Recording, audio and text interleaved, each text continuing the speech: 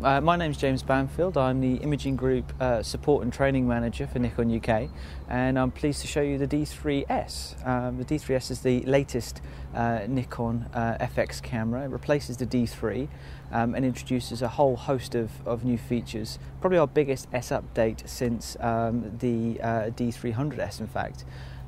The most important aspect that's been improved is the image sensor that was probably the backbone of the D3 has been redesigned completely. So it's still 12.1 million pixels, but it has an improvement in ISO capability, taking it from 200 to 12,800 ISO with an extended high 3, which is the equivalent of 102,400 ISO. On top of that, we have an improved buffer, which is the same as what you could get with the D3 upgrade. That comes as standard. That increases the buffer capacity, so it's now possible to shoot 124 JPEG files in one continuous burst with the increased buffer size. There's a new crop format on the camera, which is a 1.2. That's in response to photographers that wanted a combination between the FX and the DX. They wanted a middle ground for the crop function. We've been able to give that now with the 1.2 crop. Gives a slightly increased magnification lens, slightly smaller file size, which is easier to edit on the fly. That's an 8.7. On top of that, in the menu itself, there's been some significant improvements. The camera has a whole host of editing features for RAW file. You can now convert the RAW files in camera and get some of the functionality you normally associate with applications like Capture NX2 or other third-party RAW file applications. For instance, you're able to change the white balance, you're able to change the noise reduction being applied, vignette control. You're also able to go back and change the exposure to a certain degree, not the physical exposure, but the exposure compensation by plus or minus 3 stops, like you can on most RAW file editing applications. The type of market that the D3s is going to appeal to has probably already been established with the D3. The D3 is currently being used by a huge variation from social to sports to wildlife to reportage, press, etc. The benefits of the D3 have just been extended. We've redrawn a lot of the boundaries that have been put there in place by the D3 in the first place. So in terms of the actual markets that this will significantly appeal to, well, I mean, obviously surveillance is a big aspect where the low light performance is a real plus point. The other one is wildlife. The ability to shoot in low light conditions when actually a lot of activity occurs within the wild kingdom allows you to get shots that previously you wouldn't have actually been able to grab. And from a social scene, it allows you to take a camera out and shoot unassisted without any flashlight, social situations. So you're actually able to do street photography, probably for the first time really, without any form of assisted light at all, and get some amazing shots, stuff that you wouldn't have been able to blow up large before. One of the things that has really been redefined by this camera is we've been listening a lot to the customer. And photographers have been telling us lots of different ways that they'd like to see subtle changes to the D3, and the D3s is our opportunity to apply those changes. First and foremost, the info button is now a dedicated separate button down the bottom. We also have a new live view button which is dedicated down here. The multi-select, this button here, has been completely redesigned. And this allows us to actually get a much more fluid motion from it. And from photographers, one of the second most important to the button, to the shutter button, is by far the AF on button. Again, that's been redesigned. We're taking into account that for a lot of people are using these cameras already in extreme conditions with gloves on, etc. And it's the functionality when they are wearing gloves that's very important to them getting the shot or not. So these things have already been taken into account. Now, the other aspect as well is that the AF system has been further improved.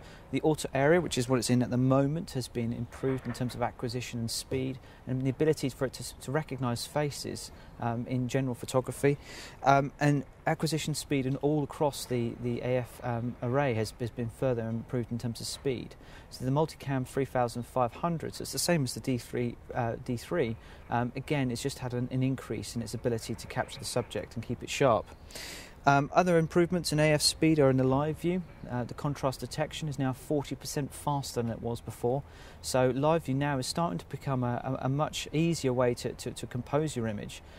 It's becoming quicker to focus in live view, and we're seeing some really big leaps in terms of photographers actually using live view as a different way of composing it instead of the viewfinder itself. What about in bright sunlight? How does that the live view affect the LCD display? Have you got any anti-protection in there for bright days? The live view itself, in terms of the screen display, it's got a 180-degree angle of view in terms of what you can view the actual screen at. The screen can be increased and decreased in terms of brightness very easily by holding down the buttons here on the side and using the thumb pad. You can also adjust the audio and the exposure control very easy as well within live view.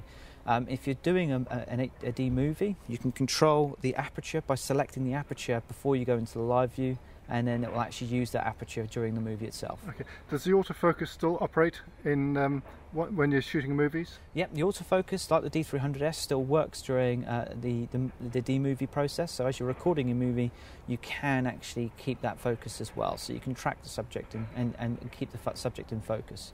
And does the user have full control on shutter speeds whilst in movie mode, or is it an automated thing?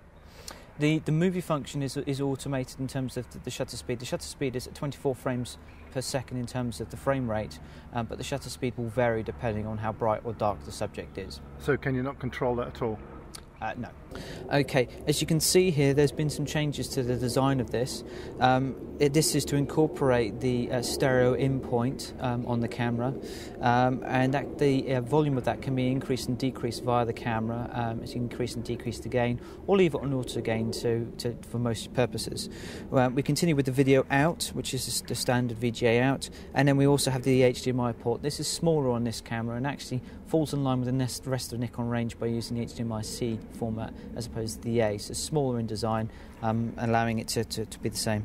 And then obviously we have the DC in port as well. It's USB 2, so it follows through at full USB 2 speeds, and it also has an adapter in the box that will actually hold the USB cable in place so that you don't get the wire bending, so that it will actually hold the place, which is what this little hole just here for. Okay.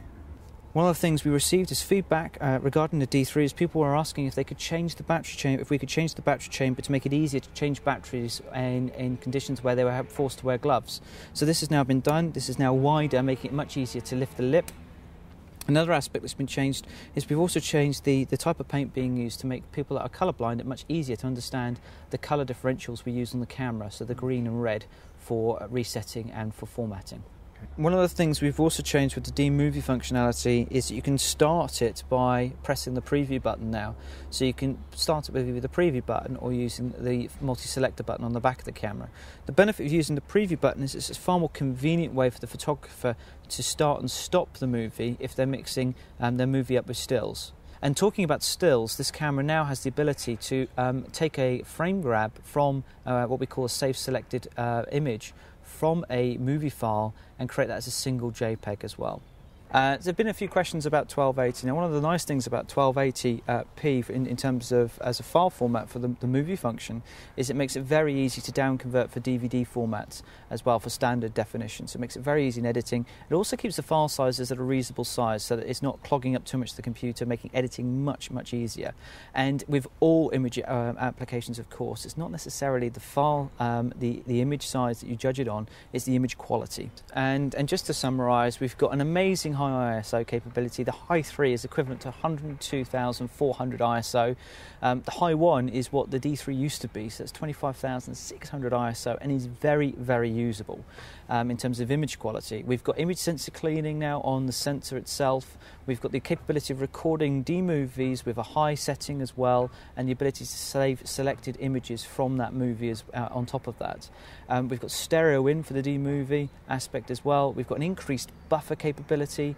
We have a frame rate of 9 frames a second or 11 frames a second in DX mode. There's a 1.2 times crop on this camera, so that it decreases the file size, again, just to help out those guys that are after that midway point between 1.5 crop and FX. We have the ergonomics have been completely redesigned for photographers that are looking at the AF on button and the multi-selector to further improve the feel for the photographer.